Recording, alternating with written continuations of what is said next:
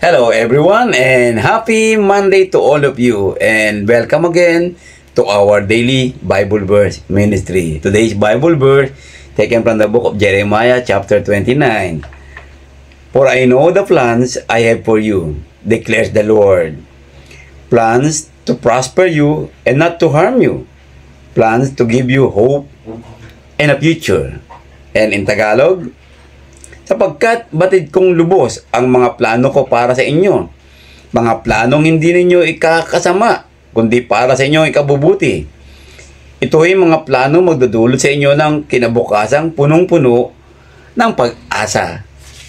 Hello everyone, do you want to have a life with hope and a better future in this world?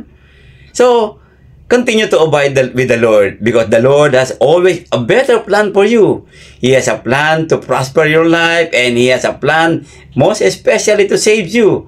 So we need to allow His will in our life. If we continue to abide in Him, trust Him, the Lord want you to have a better life in this world. Kaya po, nais ng Panginoon na magkaroon tayo ng magandang kinabukasan. Kinabukasan na ating pong aasahan at magkakaroon tayo ng pag-asa sa buhay na ito. Kaya mga kaibigan na nakikinig sa ating daily Bible verse, sumunod po tayo sa kalooban ng Panginoon. Hayaan natin ang kalooban ng Panginoon, ang siya maghari sa buhay natin. Ipaubaya mo sa Panginoon ang mga plano mo sa kinabukasan at magkakaroon ka ng pag-asa at magandang kinabukasan sa buhay na ito. Kaya sundin mo ang Panginoon Diyos sa pamamagitan ng ating Panginoong Jesucristo at paggabay sa atin ng banal na Espiritu. Tandaan po ninyo yan, sa araw na ito, God has a better plan for you.